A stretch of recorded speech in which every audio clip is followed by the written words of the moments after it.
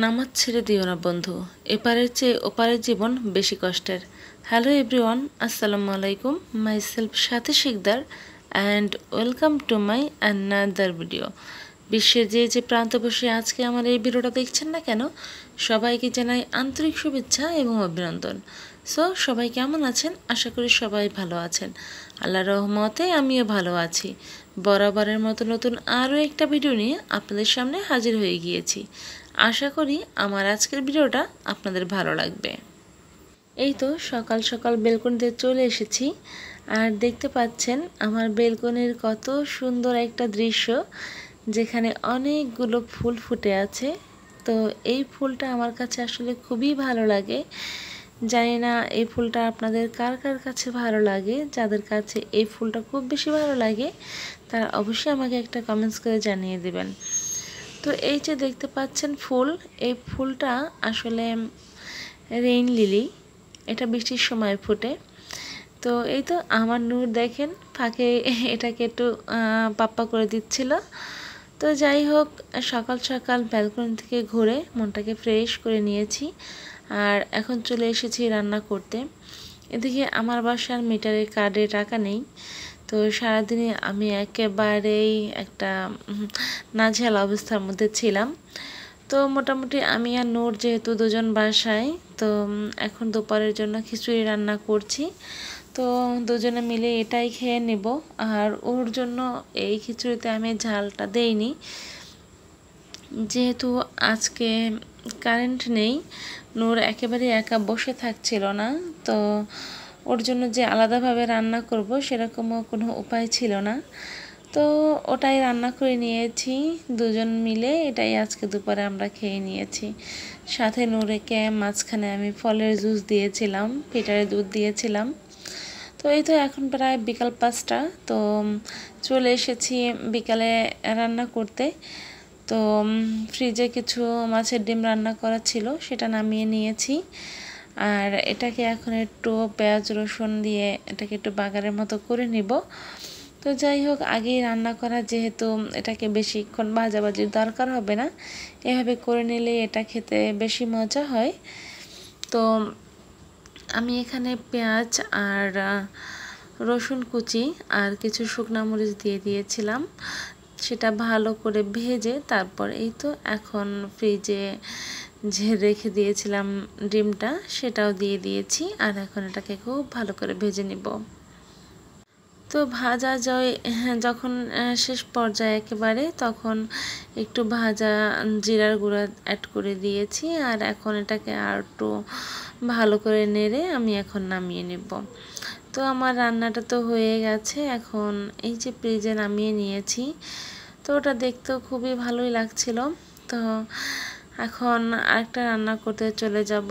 তো বাসায় বাজার ঘাট একেবারে নেই বললেই চলে, কাঁচা বাজারটাও ফুরিয়ে গিয়েছে। তো এখন ফ্রিজে আমার সিম এর বিচি সংরক্ষণ করা ছিল, তো সেটাই নামিয়ে নিয়েছি। আর এখানে মুরগির একটু হাড় গোড় ছিল, সেটা দিয়ে এখন সিমের বিচিটা রান্না করব। তো সকল ধরনের মশলা দিয়ে আমি এটাকে ভালো করে কষিয়ে নিয়েছি, আর তারপরে এই তো এখন সিমের বিচিটাও দিয়ে দিয়েছি। তো এটাকে দিয়ে একটু ঢেকে রেখেছিলাম, তারপরে নামিয়ে এটাকে এখন একটু ভালো করে নেড়ে আর একটু ভালো করে কষিয়ে নেব, আর তারপরে আমি এটার ভিতরে পানি অ্যাড করে দেব।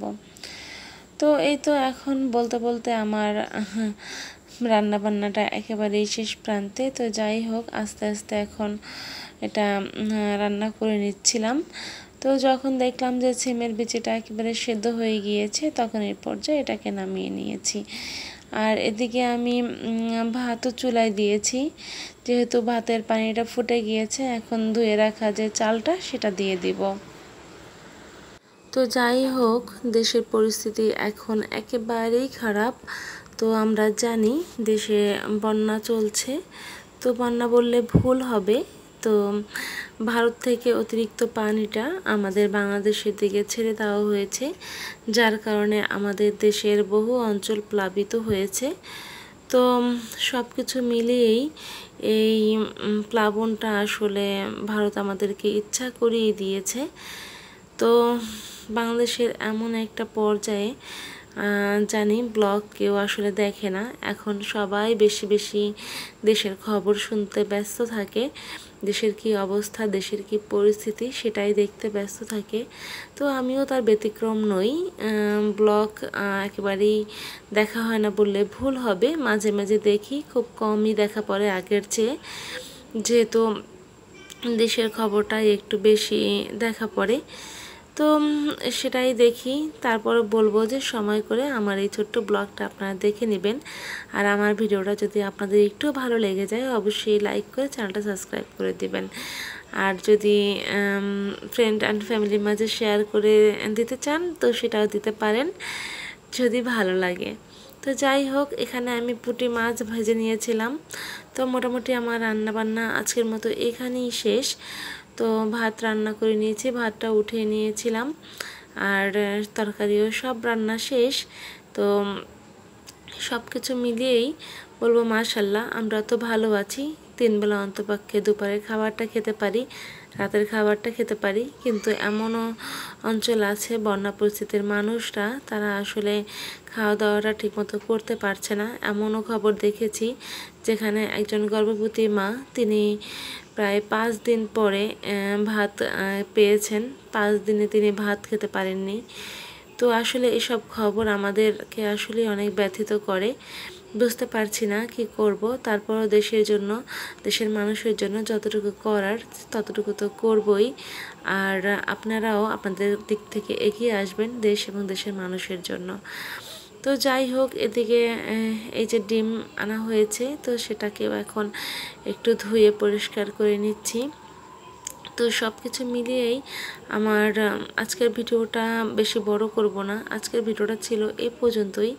জানি না আমার ভিডিও আপনাদের কেমন লেগেছে, যদি ভালো লেগে যায় আবারও বলবো আরেকটা লাইক দিয়ে যাবেন আর আমার চ্যানেলটা সাবস্ক্রাইব করতে যাবেন। তো সাবস্ক্রাইব করতে তো টাকা পয়সা লাগে না, সাবস্ক্রাইব মাত্র একটা হাতের চাপই মাত্র, তো সেটা করে দিয়ে যাবেন। আর এই তো এখন রাতের বেলা আমি একটু জুস খাবো। তো আজকের ভিডিওটাও এখান থেকেই শেষ করব। সবাই ভালো থাকবেন, সুস্থ থাকবেন। আল্লাহ হাফিজ, আসসালামু আলাইকুম।